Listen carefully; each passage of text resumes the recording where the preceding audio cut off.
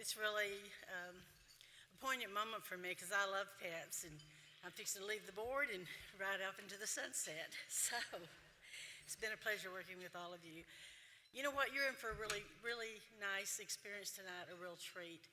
The speaker tonight has been one of our premier speakers, the highest rated speaker we've had in a long time.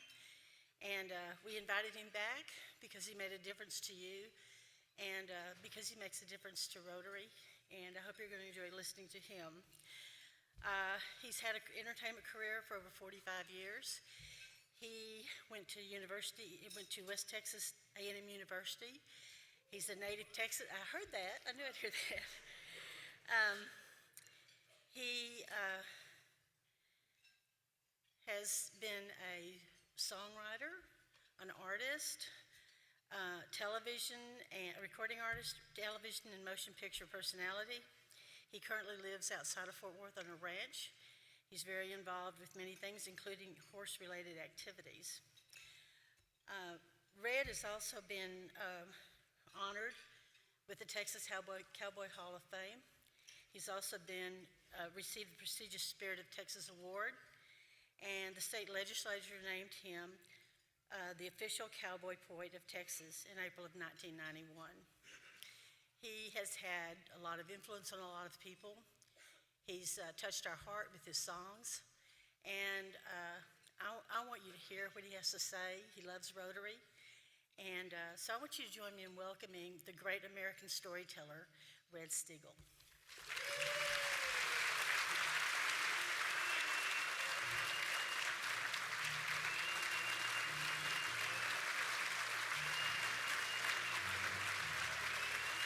Is that where you wanted it?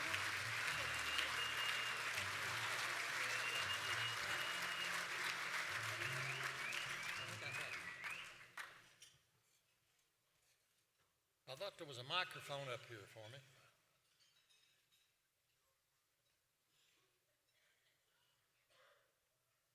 Josh, did we forget the microphone?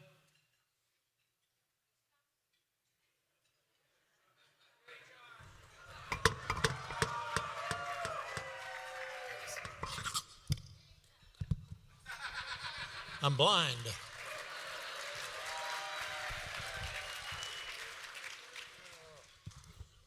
Thank you so much. There's no way that I can say how proud I am to be here tonight. I was overwhelmed with the response we got the last time I was here, and I love to tell my story. And it's not unique, I don't think. I grew up in the only town in the entire state of Texas where the city limit signs are back to back. It's one of them places that by the time you get there, you've been there. Population remains about the same. Every time a baby's born, somebody leaves town.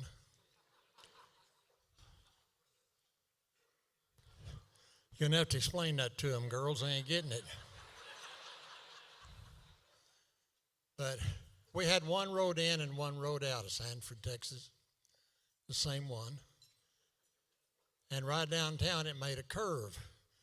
And the entire downtown section of our city sat either inside or outside that curve.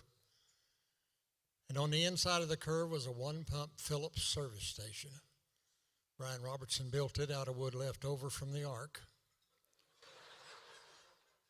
And on the outside of the curve was our Baptist church, the only one of its kind in those days. It had a flashing neon sign. And it flashed day and night. If you're tired of sinning, brother, come on in. And that was our Saturday afternoon entertainment, was to watch that sign and try to figure out how it knew to do what, when, as it flashed. If you're tired of sinning, brother, come on in. Then one Saturday, we noticed on the window right below that sign, some lady had written in lipstick, "If you ain't, call 736-9751. But is a neat town. I love small town America. You know everybody's business and they know yours. Not that you're careful about it, you just know who lied about you. But one of my favorite stories when I was 14, my best buddy sold the Baptist preacher a lawnmower. It was the first one we had ever seen that you could start with a little rope and a handle, and it mowed itself. You didn't have to push it. And he sold it to the Baptist preacher, and it wouldn't start. Now, the preacher had to go down and talk to him because we didn't have but one phone in town, and that was down at Brian Robertson's service station. And he was the only one brave enough to use it. We were scared to death of that thing. You couldn't see who you was talking to. So if you wanted to talk to somebody and they lived all the way across town, you'd walk all 3 blocks to visit with them. So the preacher got down to my buddy's house and he knocked on the door, and my buddy came to the door and he said, "Son, I hate to tell you this, but that lawnmower won't start." He said, "Preacher, I am so sorry. I forgot to tell you, you got to cuss that lawnmower to get it started." And the preacher said, "You know, it's been so long since I've said a cuss word, I'm not sure I remember how." My buddy said, "Keep pulling on that damn rope. It'll come back to you."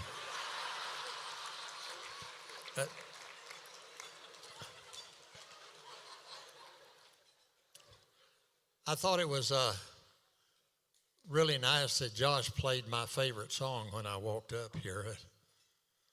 It's my favorite song because out of all the songs I've written, that's my favorite. I wrote it in 1966. I was 7 years old. And the first person to record it, the first person to record it was the great Ray Charles. And then the next year, Nancy Sinatra had a single with it. And the next year, Dean Martin had a single with it. And it's been recorded 63 times. And the reason I'm so proud of that one is because all by itself, it changed my standard of living.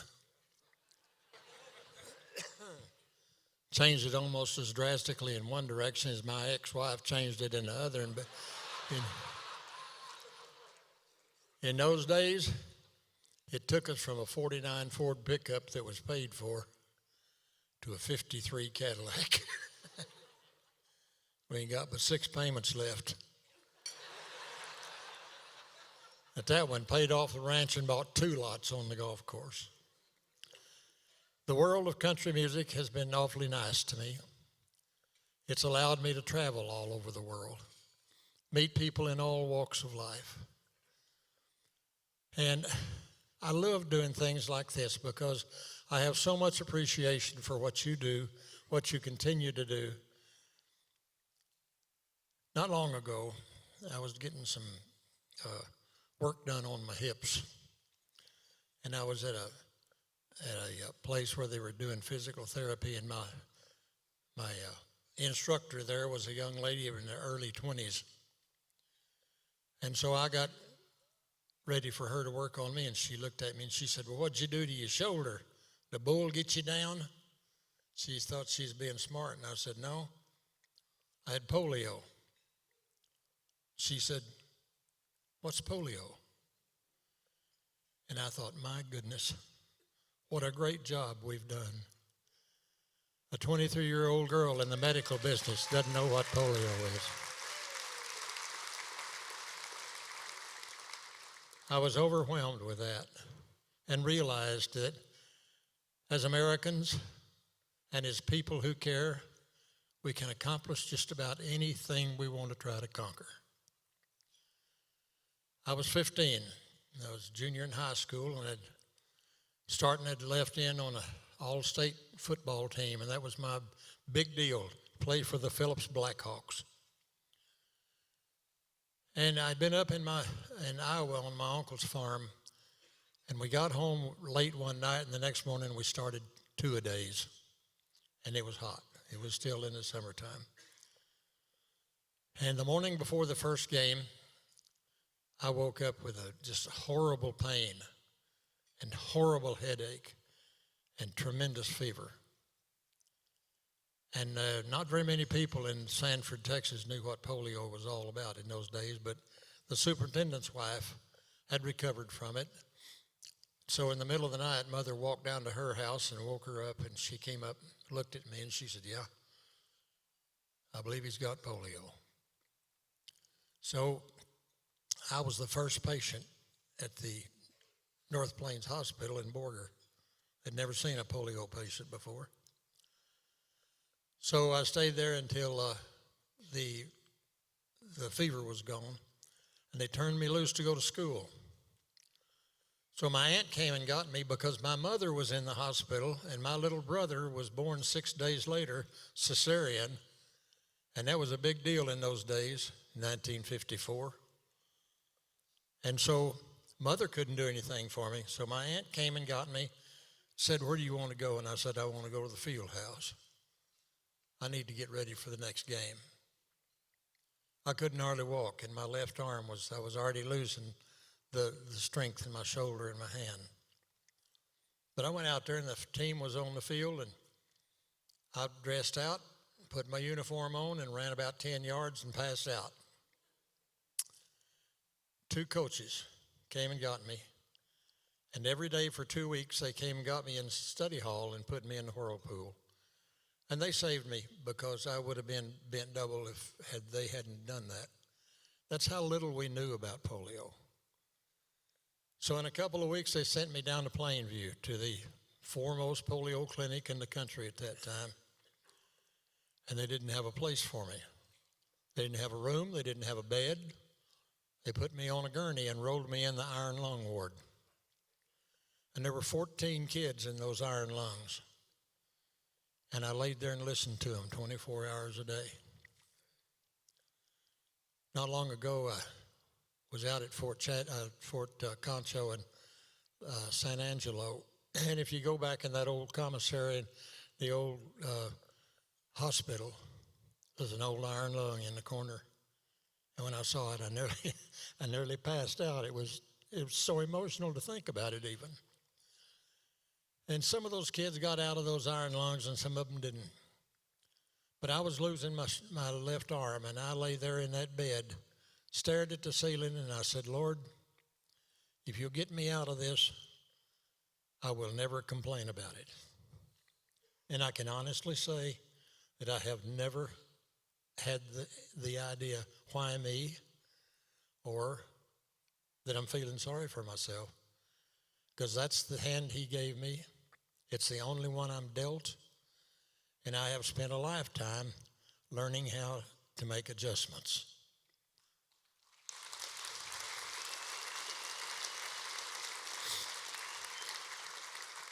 But the reason I want to tell you that story is because I'm so grateful to you and to your organization for the work that you've done to conquer that horrible disease. Until now, it's almost completely gone. And maybe in the next couple of years, it will be completely gone. It's been a part of my life I just turned 85, and I'm still upright and taking nourishment. I grew up in a society that loves America, an agricultural community where we still honor everything about the Lord's blessings. And there were a couple of things that we learned at a very early age. One of them was to be a man to ride the river with. That old Canadian river was real boggy. If you were going to work cattle down in that country and you needed to cross the river, you looked for cow tracks. If they go in this side and come out the other side, you can cross there. But if they don't come out the other side, you don't go off in there. And the other thing is, just because you can cross in the morning doesn't mean you can cross in the same place in the afternoon, because that old quicksand moves like water. And so you learn that if you're going to ride that river country, you ride it with somebody you can depend on. And that means you need to be dependable also for him. So to be the kind of man to ride the river with means that you're dependable. People can trust you and depend on you. And that's the greatest thing you can say about a cowboy even today, is there goes a man you can ride the river with. The other one was ride for the brand. If a man signs your paycheck, you give him all you got. You treat that property just like it was your own.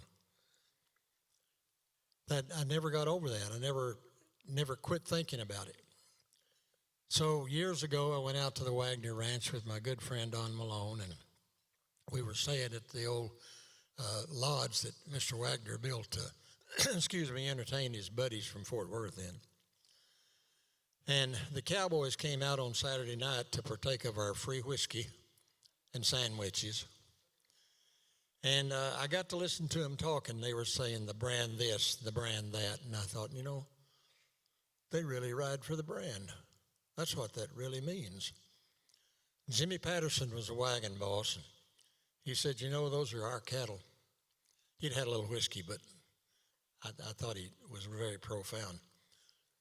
He said, we're the ones that calve them. We doctor them all their lives. We take care of them, make sure they're safe.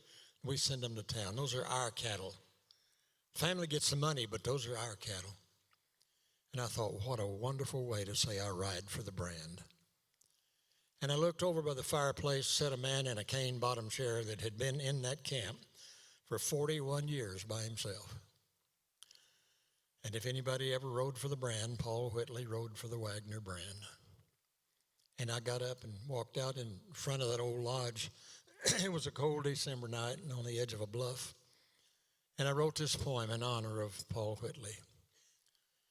His skin looked like leather. He walked with a limp and talked with a slow Texas drawl.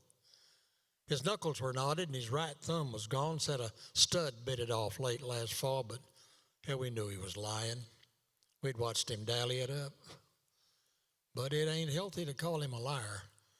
It was Saturday night before the wagon went out, and he is setting our new kid on fire. And we've all heard his stories about places he's been, and we think that Jake's kind of strange. He straightened up, hitched his pants, took a drink of cold beer, turned around with his hand on his hips, and he said, "Son, a man's brand is his own special mark. It says, this is mine. Leave it alone. If you hire out to a man, ride for his brand and protect it like it was your own." Mr. Wagner come out here in 1903. This country was sagebrush, mesquite trees, and sand. He carved him this ranch out of blood, sweat, and guts. Be proud that you ride for his brand. If you hired out to string barbed wire, build him a fence. It don't matter if it's 4 or 5 strand. Just remember, it was you who asked for the job. Don't bitch when you ride for this brand, because Mr. Wagner don't hold with complainers. He'll fire one before he can quit. If you don't like our outfit, head down the trail and find a horse that your saddle will fit. But if you get up early, catch your own bronc, show the boss that you're making a hand, Mr. Wagner will be there to cover your bets as long as you ride for his brand. He said the winter I spent at the Sixes, we had a man at the old Taylor place who rode up on some hiders a skinning a cow and squared off with them scamps face to face. Now, he could have rode off and never looked back, but he wasn't that kind of man. We found him in Ash Creek, shot all to hell. No Kona Joe died for the brand. Well, we know the old man tells a windy or two, like the one about losing his thumb, and No Kona was killed in a bar in Fort Worth with the demons and a bottle of rum. And I got to thinking about what he had said, and the more of it I understand, the more I believe we'd be all better off if more people would ride for the brand. There's one brand that I think is the most important. It's in the shape of a cross. I wrote this as a song, but I'm going to give you the lyrics because I think it ties in with that poem. I saddle up each morning with a grateful heart and mind, happy my life is so complete. Then I ride through God's cathedral where his majesty abounds, and I thank him for his son who died for me. And when I trail the Oriano into places I've not been, I sometimes feel I'm lost and all alone. But I let my pony have his head and put my trust in him, and like my Lord, he'll lead me safely home. 'Cause I ride for the brand of the man with a nail-scarred hand. I once rode with the devil through a hell of burning sand. Then I found the love of Jesus. I was saved and born again. And I ride for the brand of the man with the nail-scarred hand. And though my day be troubled, I will still rise up with joy. I know that I am safe inside his arms, because he told me if I'd follow him and ride the narrow trail, that he would guide me safely through life's storms. When I gave my soul to Jesus and felt his power in my soul, I no longer have to fear what I can't see. I feel as though I've sprouted wings, and I ride the narrow trail and strive to be the man he wants of me. And when my time comes to go and Jesus calls my name to join the chorus in his angel band, he'll greet me at the pearly gate and welcome me inside, because I ride for the brand of the man with the nail-scarred hand. Yes, I ride for the brand of the nail-scarred hand. I once rode with the devil through his hell of burning sand, and I found the love of Jesus. I was saved and born again. Now I ride for the brand of the man with a nail-scarred hand.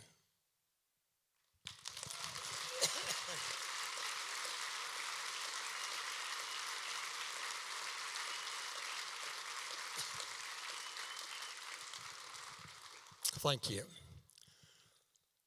I like to tell stories about people that I know.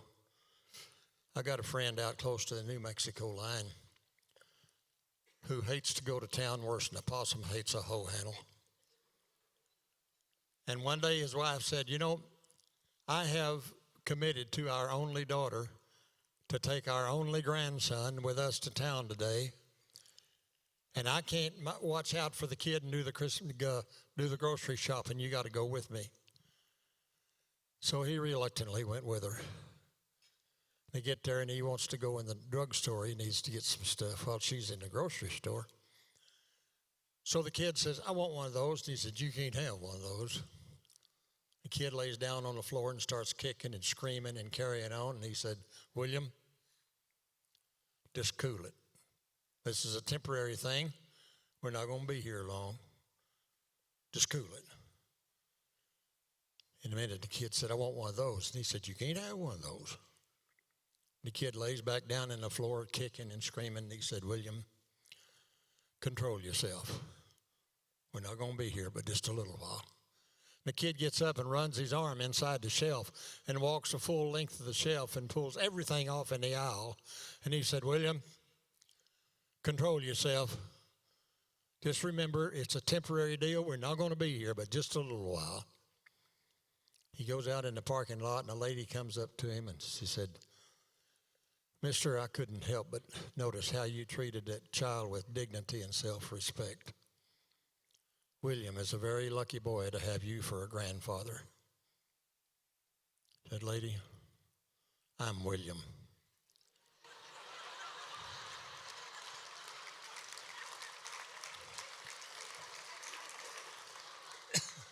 His little demon is Steve. When I get him home, I'm going to wear him out.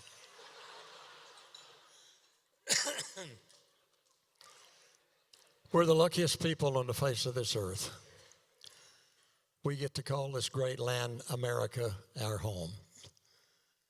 And the Lord gave us a lot of responsibilities to take care of this planet, and we're working on it. But the one thing that I have to impress upon everybody I talk to is our agricultural community is our number one asset.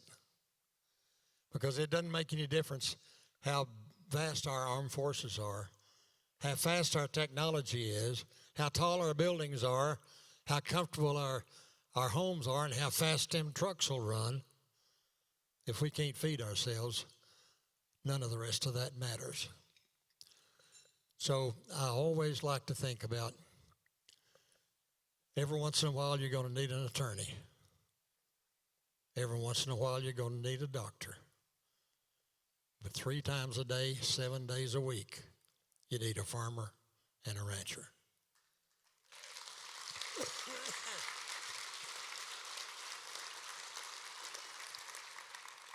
One of the things that sets us apart from other places in the rest of the world is our ability to individually own land, utilize it while we're here, and pass it on for future generations. And I believe with all my heart that private ownership of land is the single most important element in the progress and security of a free and independent society.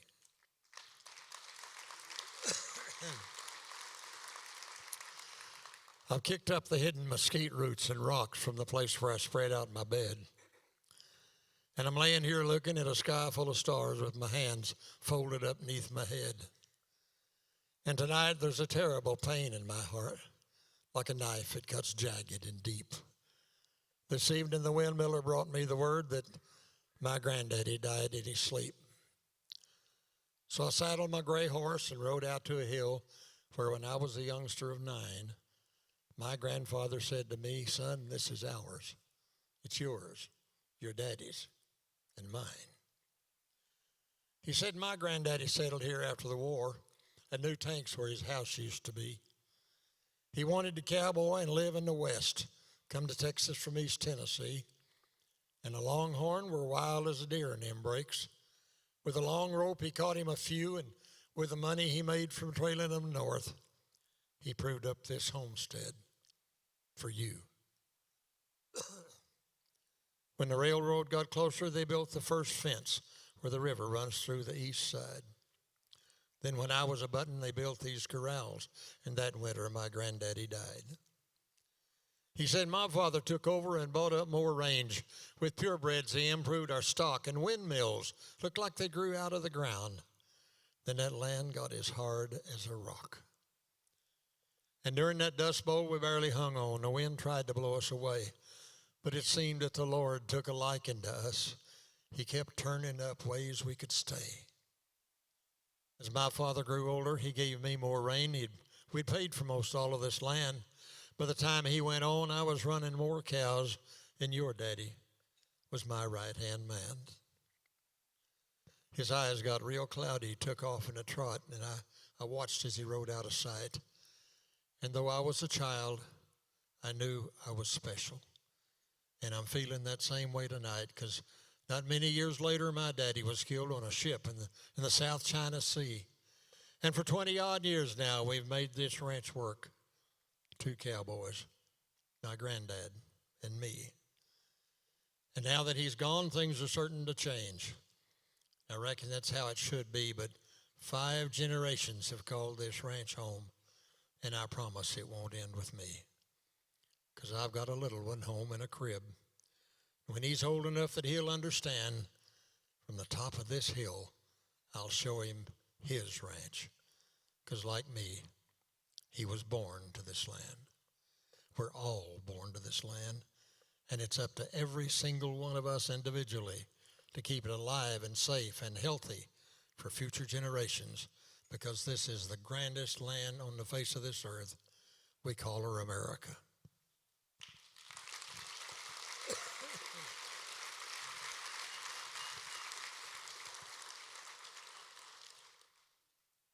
It's been several years now that I was up in Montana at a guest ranch, and I told a story, and I didn't get a giggle. I mean, not even a smile. Then I found out when the show was over that those people were all from New York and Chicago. And they didn't savvy dirt tank, barbed wire, and bar ditch. But I love the story about out in West Texas, this kid rides up on the dam of a dirt tank, and down in that tank is a beautiful girl taking a bath, and her clothes are hanging on a mesquite bush on the bank, and he just locked up. He ain't never seen nothing like this. He couldn't move his horse, couldn't gig him, couldn't talk, couldn't do nothing. She looked up and she said, "You're horrible." He couldn't answer her. He was locked up. There was a number 3 wash tub in that tank. She picked it up by the ears and held it up in front of her and stood up behind it and looked over the top of it, and she said, "You want to know what I think?" And he said,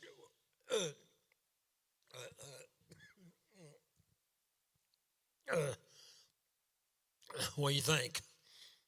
She said, I think you're the most despicable human being I've ever seen. He said, you don't know what I think? She said, what do you think? He said, I think that you think that I think there's a bottom in that tub.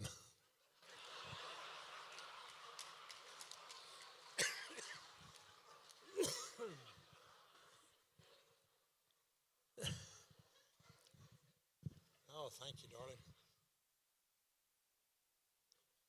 I want y'all to meet my child bride, Gail.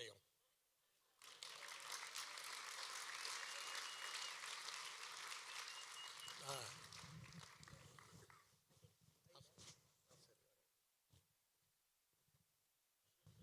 might need it again in a minute. I was a part of something that I'm really proud of. My dear friend Ben Johnson used to have ropings, celebrity ropings, to combat cystic fibrosis. And we were doing a show or doing a roping in Houston. And I was a little bit slow getting the saddle off my horse because it's a little harder to do with one arm. But I didn't mind. It just took a while longer. So we were staying at the Omni, and so I walked in the front door, and Ben's sitting over there with a little Indian cowboy that we all knew, Joe Crow. And he said, Red, come here. Joe's got a story I want him to tell you. So as I walked over there, he said, Joe, tell Red about the time that Will Rogers rode your bicycle. Joe said, well, I was a little bitty boy. I had a little 24-inch bicycle, and my best friend was Herb McSpadden, who's Will Rogers' brother-in-law. And he said, Herb carried me around like I was a pet coon. And so we put my bicycle in the back of that pickup. And he said, let's go into the city because Will and Wiley have got to take off someplace, and Herb was running Will's ranches, so he needed to talk to him a little bit. So they pulled up to this airplane, and Will saw that bicycle and said, Joe, can I ride your bicycle around the tarmac here and get the kinks out of my legs? And I told him, sure. So he rode my bicycle for a while, and he came back and put it in the back of the truck and started up the gangplank to the plane. And Herb said, Will, where are you boys going? And he said, Herb, we're going to Alaska. And Herb said, there's a lot of deep rivers between here and there. Will said, I'll tell you, I'll make you a deal. I'll leave a good horse on this side of every one of them. I couldn't get away from him fast enough.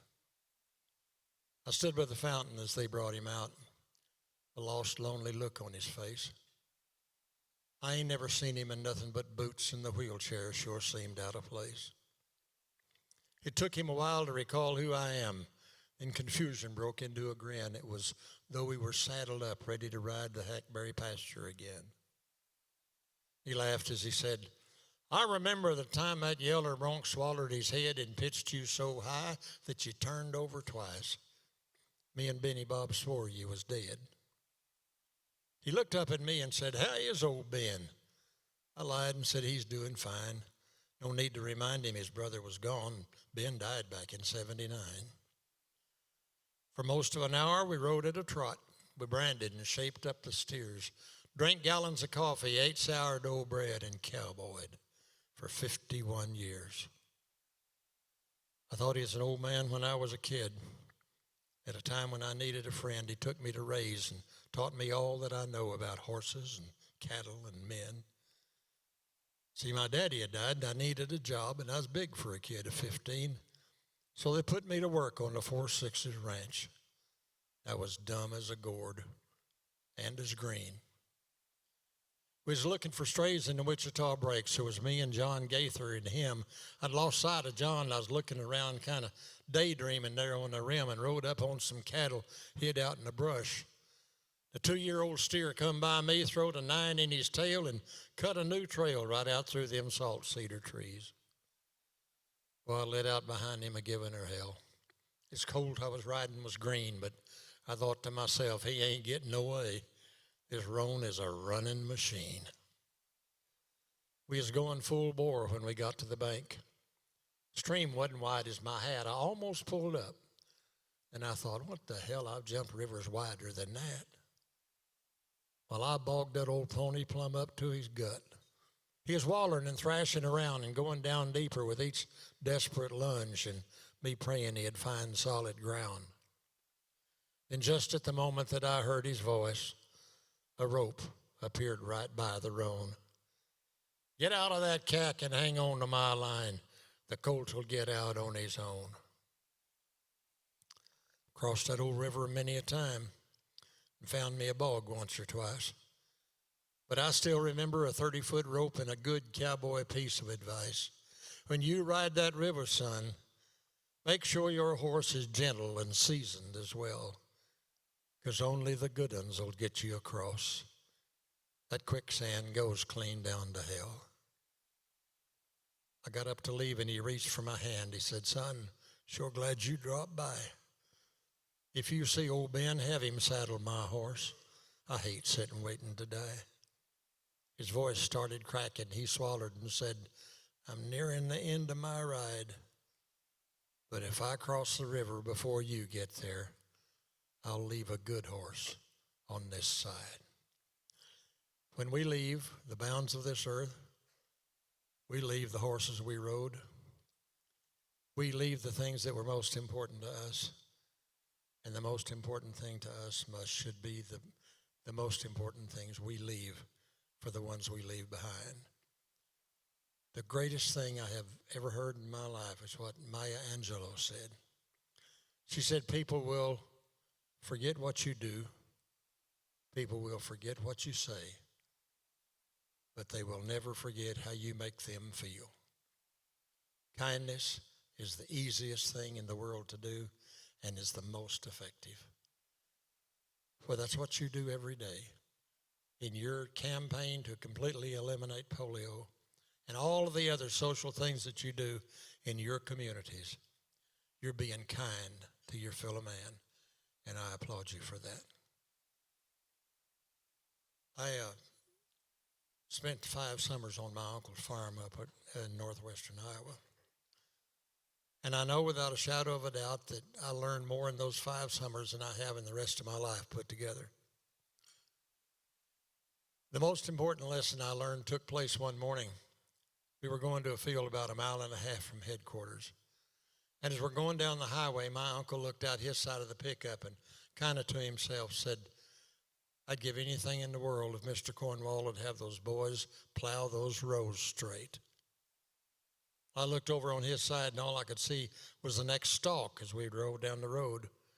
I looked over on our side, and I could see all the way through to the end of the field between every single row. And I very foolishly said, Uncle Floyd, what difference does it make? Corn's in the ground's going to grow anyhow. The color started rising right at the top of his collar. When it reached the bottom of that decab cap, he turned around to me and said, it makes a difference to me. This is what I do. I'm a farmer, and I want to be the best I can possibly be. That morning, I was 13 years old, and I never forgot that because I realized that I am in charge of my destiny. It depends on me, how I set my sails and where I dock my boat. My destiny depends on me, not on my uncle, not on my parents. It's not up to my siblings, not up to my school teachers, and certainly not the government. My destiny depends on me. And after all those years, that's where this poem came from. We picked up all the fencing tools and staples off the road. An extra roll of barbed wire was the last thing left to load, and I drew a sleeve across my face to wipe away the dirt. The young man who was helping me was tucking in his shirt. I turned around to him and said, this fence is finally done. 5 new strands of barbed wire shining proudly in the sun. And the wire, it's running straight and tight with every post in line. The kind of job you're proud of, one that stands the test of time. The kid was not impressed at all. Stared off into space, reminded me of years ago, another time and place when I called myself a cowboy. I was full of buck and ball, and I didn't think my hands would fit post augers in a mall. But they sent me out with Shorty and the ranch fence building crew. I was quite insulted. And before the day was through, I let him know that I'm a cowboy. This ain't what I do. I ain't no dead-burn nester. I hired out to buckaroo. He said, we'll talk about that, son, when we get in tonight, but right now, you pick them augers up. It's either that or fight. Boy, I was digging post holes faster than a Georgia mole. But if a rock got in my way, I simply moved the hole. So when the cowboys set the posts, the line went in and out. And old Shorty's face got fiery red, and I could hear him shout, nobody but a fool would build a fence that isn't straight. I got no use for someone who ain't pulling his own weight. I thought for sure he'd hit me. Glad he didn't have a gun. I turned around to find a place where I could duck and run, but Shorty walked up to me just as calm as he could be. Said, son, I need to talk to you. Let's find ourselves a tree. Well, he rolled a Bull Durham cigarette as we sat on the ground, took himself a puff or two, then slowly looked around. Son, I ain't much on schooling. Didn't get too far with that. But there's a lot of learning hidden underneath this hat. And I got it all the hard way, every bump and bruise and fall. Sure, some of it was easy.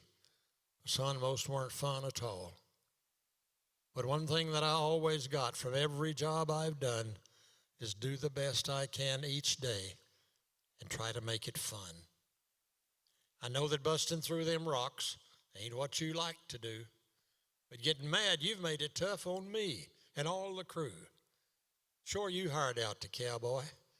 You think you got the stuff, and you've told him you're a good hand, and the boss has called your bluff. So how's that going to make you look when he comes riding through and he asks me, who dug them holes? And I say it was you. We could let it go like this and take the easy route, but doing things the easy way ain't what it's all about. The boss expects a job well done from every man he's hired. He'll let you slide by once or twice, then one day you'll get fired. Because if you're not proud of what you do, you won't amount to much. You'll bounce around from job to job, just slightly out of touch. Come morning, let's redig those holes and get that fence in line, and you and I will save 2 jobs, those being yours and mine. And someday you'll come riding through. You'll look across this land, see a fence that's laid out straight, and know you had a hand in something that's withstood the years.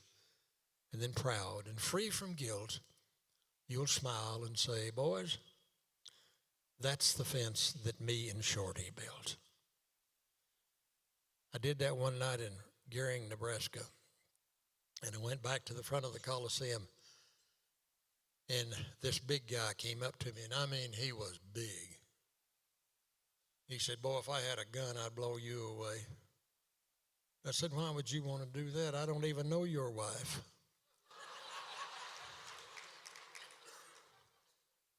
He said, when I was a little boy, my daddy got into that savory system, rotation, pasture rotation. We had to fence and cross fence every single pasture, my little brother and I did. And I left home and went to college and got a degree in engineering and had a great engineering career. Daddy died, and I came back and took over the ranch. And because of that poem, I've had to rebuild every damn fence on this place.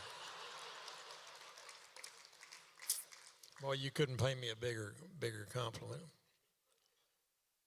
Ladies and gentlemen, it's been such a treasure for me to be here tonight. I want to tell you one more story, because it takes all of us,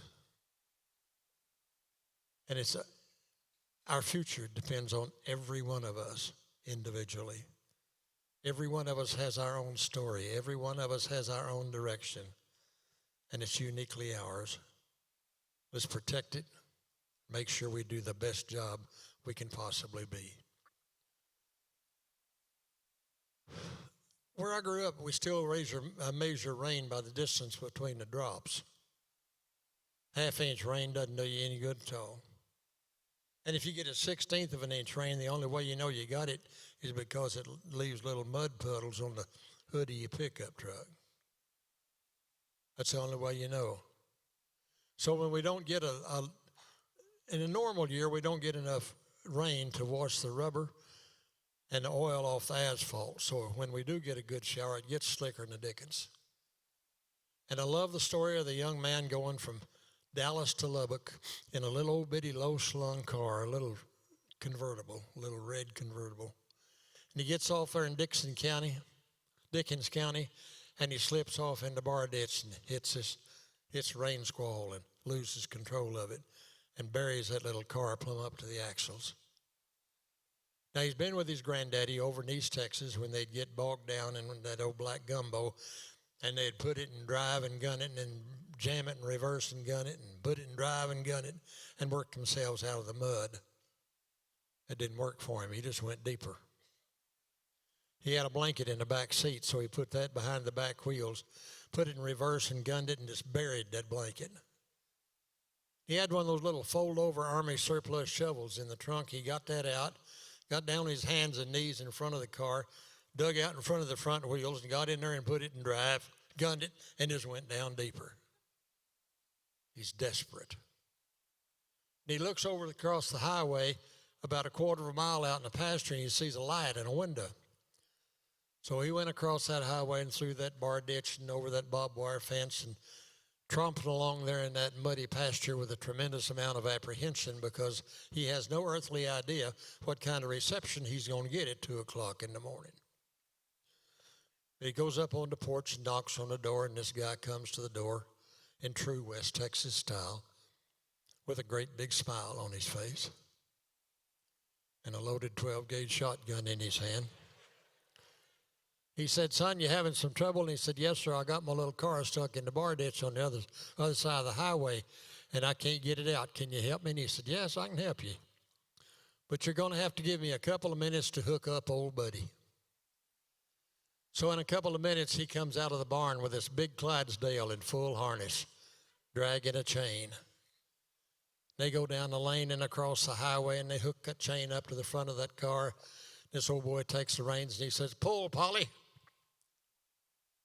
Nothing. He said, "Get up, Jake." The horse just stood there. He said, "Pull, Dan." Didn't move a muscle. He said, "Pull, buddy." And that old horse just pulled that little red car up out of that bar ditch, slickering a whistle onto that highway. This young man said, "Friend, I'm eternally grateful to you, but I ain't leaving here till you tell me why you called that horse all them other names before you called him Buddy." He said, "Son, old Buddy's blind, and if he thinks he's the only one pulling, he ain't gonna move an inch. We're all pulling on the same rope. We've all got the same goals, and God bless you. God bless the great state of Texas, and God bless the United States of America. Thank you so much."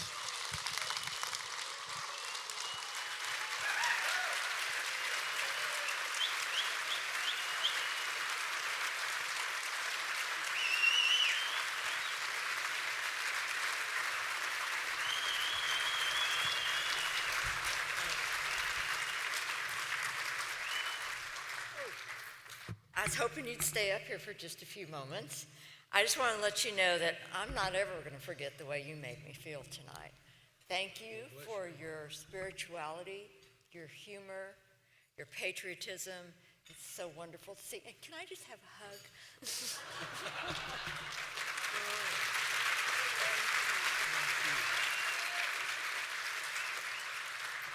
That's my favorite part of the job. We do have a lovely gift for you, and I'm going to tell you a little bit about it. These gifts, are customized ceramic plates. I apologize. Created specially for Lone Star Pets by a Corpus Christi artist named Bill Wilhelmi. And his ceramics have been sold worldwide, and some are even in the collection of the Smithsonian Museum of Art. And we thank you so much for everything that you've done. Thank you. Thank you so much. Thank you. Oh, here, I can put that back in here. You want me to do that?